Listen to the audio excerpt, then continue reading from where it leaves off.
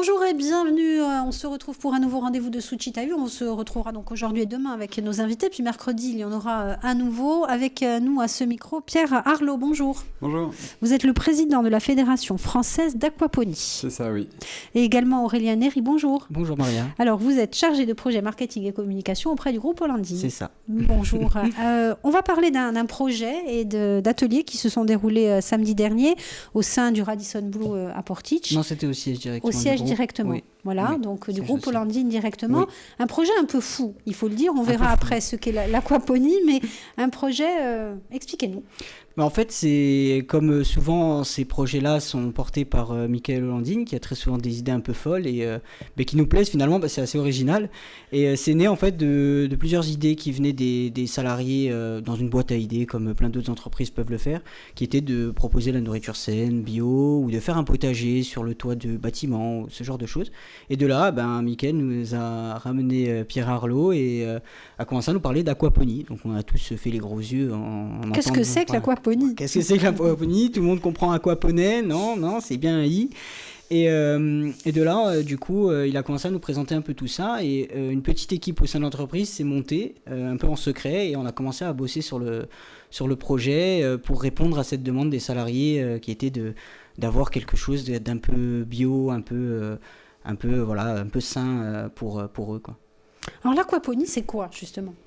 Alors l'aquaponie, c'est la contraction de l'aquaculture et de l'hydroponie, donc l'élevage de poissons et à côté l'élevage de la culture de plantes hors sol. Ces deux techniques séparées sont assez polluantes et quand on combine les deux ensemble, on arrive sur un écosystème vertueux.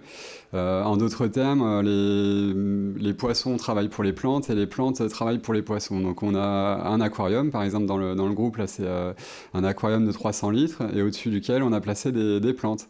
Donc on nourrit les poissons font des déjections. Les déjections contiennent de l'ammoniac qui est transformé par des différentes bactéries et ensuite les plantes peuvent aspirer directement les nutriments créés par ces bactéries pour se développer.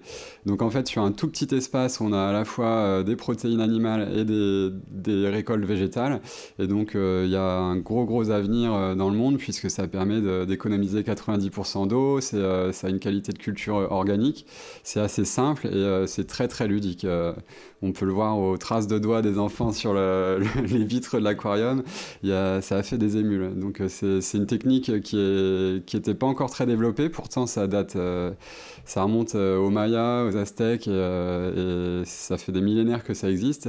Mais en France, on a 25 ans de retard, donc là on est en train de combler le retard.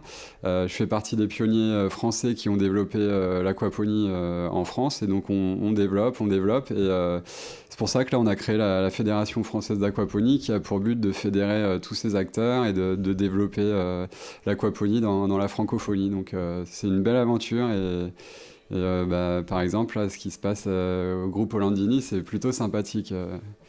Et justement, ça peut s'adapter en fait aux espaces, ça peut s'adapter en milieu urbain, ça peut s'adapter à beaucoup de choses. C'est ça, le système que Pierre nous a installé du coup est un système qui pourrait s'installer n'importe où, dans n'importe quelle pièce, même à la maison. On pourrait avoir des systèmes, donc là on a un aquarium de 300 litres, on pourrait en avoir un plus petit avec un peu moins de plantes à cultiver, un peu moins de poissons dans l'aquarium.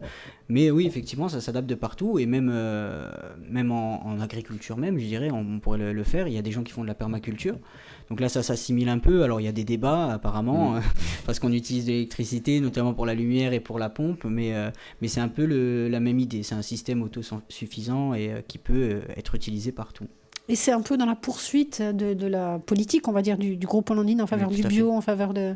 Oui, c'est tout le but du groupe Hollandine. Depuis des années, on a travaillé il y a quelques temps avec l'ONF pour des missions de reforestation, replante d'arbres, etc.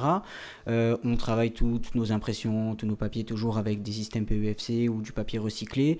L'année dernière, on a lancé à Santa Giulia l'Oasis où tout est bio, que ce soit les matériaux utilisés physiquement pour le lieu ou les produits proposés dans nos tartines sucrées, salées, dans nos boissons. Tout est bio et en grande majorité local.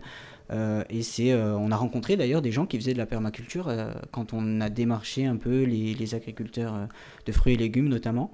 Donc oui, le groupe Landine s'inscrit là-dedans et continue là-dedans et du coup sensibilise à l'interne les salariés qui étaient ravis d'ailleurs samedi de découvrir tout ça. Et ce que disait Pierre, c'est très ludique. Tout le monde du coup aujourd'hui, personne travaillait aujourd'hui, ils étaient tous devant l'aquarium.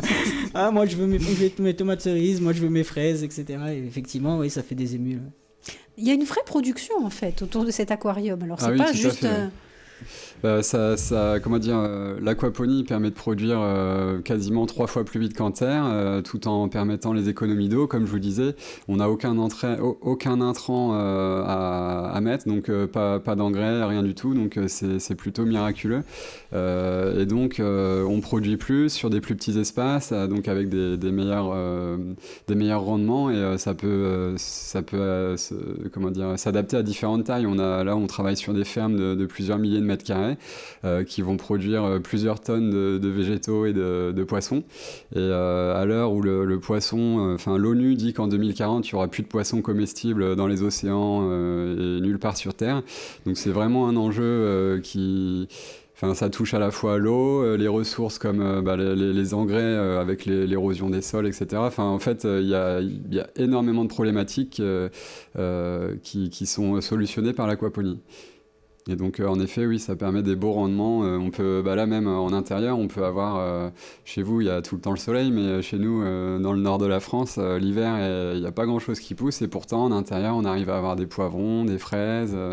On peut avoir... Il n'y a plus de saison, en fait.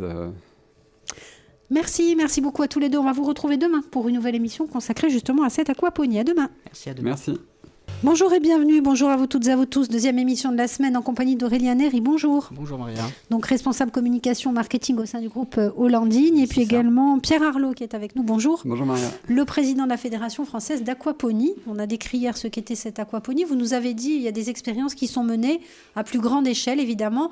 On peut imaginer des fermes aquacoles classiques qui se transforment en fermes d'aquaponie. Exactement. En Amérique, il y a à peu près 2000 fermes aquaponiques donc, qui sont toutes rentables, même extrêmement rentables, qui permettent de produire localement et d'assurer les besoins des populations urbaines, puisqu'on voit à l'heure actuelle qu'il y a quasiment 70% de la population mondiale qui vit en ville. Ça cause beaucoup de problèmes, il n'y a pas une grande résilience sur l'approvisionnement de nourriture.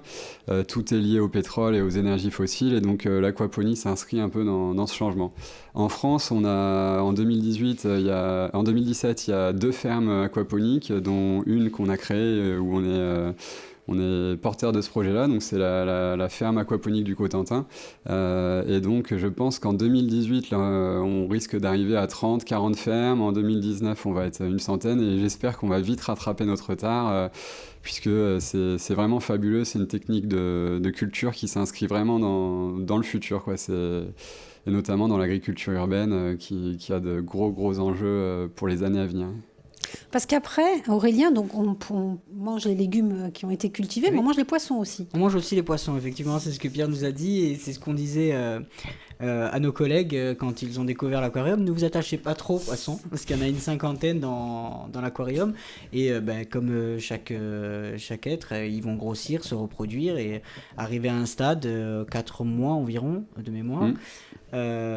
Certains d'entre eux, il faudra les sortir de l'aquarium. Donc du coup, on va se les partager, et du coup, on pourra manger du poisson régulièrement, des tilapias. C'est des tilapias qu'il y a dans notre aquarium. Apparemment, c'est la variété la plus apte à faire de l'aquaponie. Donc voilà, d'ici 4 mois, on va goûter au tilapia. Donc il faut vraiment être formé aussi pour entretenir ces aquariums, de cette façon-là du moins. Alors c'est pas si compliqué que ça en a l'air. La plupart des gens qui découvrent l'aquaponie deviennent passionnés dans l'instant où ils le découvrent. Donc avec un peu de passion, on apprend très très vite.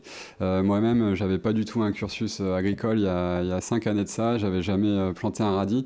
Et maintenant, c'est ma vie. Tout s'organise autour de ça. Ça a été un schisme, un bouleversement majeur. Et on parlait de manger les poissons, et c'est vrai que dans nos civilisations, on mange beaucoup de viande, mais en fait, on se rend compte de toutes les problématiques liées à l'élevage des animaux. Le poisson, par exemple, quand on lui donne 1,8 kg de nourriture, il crée 1 kg de chair. Donc on a un ratio totalement fabuleux. Et donc c'est plutôt pas mal pour nourrir les populations mondiales même. Alors comment on fait si on veut installer un aquarium d'aquaponie chez soi? Alors si vous avez déjà un aquarium à la maison, il n'y a pas grand chose à acheter puisque vous avez déjà l'aquarium, la pompe, les poissons. Il suffirait juste de rajouter des plantes au-dessus de l'aquarium. Simplement, je vous l'explique, mais après, sur notre site, on a un livre qui est en téléchargement gratuit, qui fait quasiment 300 pages. Vous pouvez tout apprendre facilement, donc ça touche tout le monde. Hein. Et donc, concrètement, mettre des plantes au-dessus d'un aquarium. Les plantes vont venir purifier l'eau des poissons, ce qui fait que, contrairement à l'aquariophilie, où vous êtes tout le temps en train de changer l'eau et où ça devient vite problématique parce qu'il y a l'apparition d'algues, l'eau est souvent impropre pour les poissons, donc on doit la changer.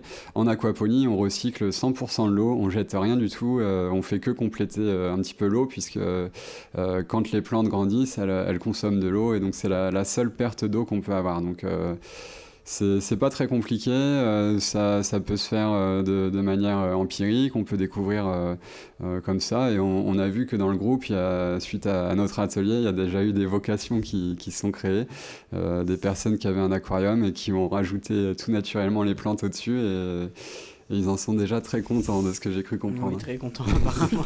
On nous en parlait ce matin justement. Mais c'est vrai que on peut se dire, elle est un aquarium, on utilise de l'électricité, on utilise une pompe, c'est pas forcément ce qu'il y a de plus naturel non plus. C'est vrai qu'on pourrait voir ça comme ça. Après, en termes de consommation électrique, on a vraiment pas grand-chose. On a des pompes qui peuvent aller de 10 à 50 watts selon les tailles des systèmes.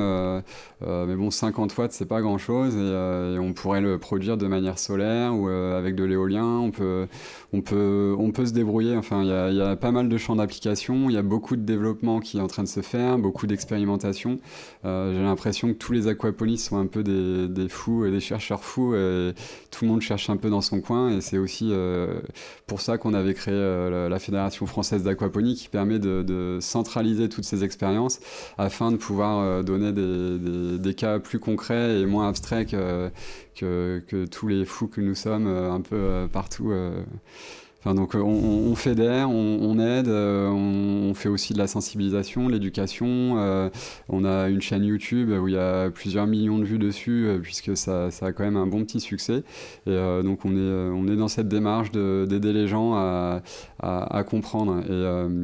Et au-delà du fait de la production et de la rentabilité, il y a aussi le côté ludique, où on peut même... les enfants adorent ces systèmes, et en fait, des enfants peuvent facilement être sensibilisés sur le respect du vivant, sur comment poussent les légumes et pourquoi. Enfin, c'est des choses qu'on a un petit peu oubliées à l'heure actuelle pour beaucoup d'entre nous. Et donc ça s'inscrit dans cette démarche de changer un petit peu le monde. Alors on n'a pas la prétention de tout changer, mais on fait notre petite part du colibri, et puis on attend de voir. Merci beaucoup Aurélien. Donc le mot de la fin, justement, ça a fait des émules au sein du groupe Hollandine. Ça fait des émules au sein du groupe, et pas que, parce qu'on a quand même aussi la médecine du travail et l'ARS qui s'étaient déplacés pour l'événement, donc ça faut quand même un peu le souligner. On espère que ça a créé des émules de leur côté également, que d'autres entreprises vont suivre le pas et vont s'inscrire avec nous sur ce genre de démarche, parce que encore une fois, le bio et tout ce qui est un peu permaculture, etc. En plus, si c'est local, nous on soutient, et on va toujours dans ce sens-là. Les projets, pour l'instant, il est de le garder chez nous, de voir un peu comment les salariés le vivent. Pour l'instant, ça va très bien, ils sont tous très contents. Le but premier était quand même d'abord de répondre à un besoin en interne des salariés et d'améliorer leur qualité de vie au travail. Et on verra ensuite, on a déjà quelques idées peut-être pour le développer ailleurs dans nos autres pôles, notamment les pôles hôteliers. On a parlé un peu de l'Oasis hier, c'est un peu pareil, ça va dans cette idée-là, donc pourquoi pas, c'est une idée. On va voir un peu déjà comment ça se profile en interne, et on poussera peut-être les réflexions plus tard. Merci beaucoup à tous les deux. On va peut-être donner un contact pour tous les gens qui souhaiteraient se renseigner. Alors vous pouvez aller sur le site web aquaponyfrance.com et sur le site aquapony.biz, BIZ, donc c'est aqua, A-Q-U-A, P-O-N-I-E, sur lequel c'est un petit peu la bible de l'aquaponie. On a écrit quasiment 600 articles, tout est gratuit, tout le monde peut apprendre facilement. Donc on a Facebook, YouTube, enfin vous nous trouverez dans Google facilement. Merci à tous les deux. Merci. Et puis on ira faire des images justement au sein du groupe Hollandine et pour vous les montrer sur nos différents réseaux sociaux. À très bientôt. Au revoir. Au revoir.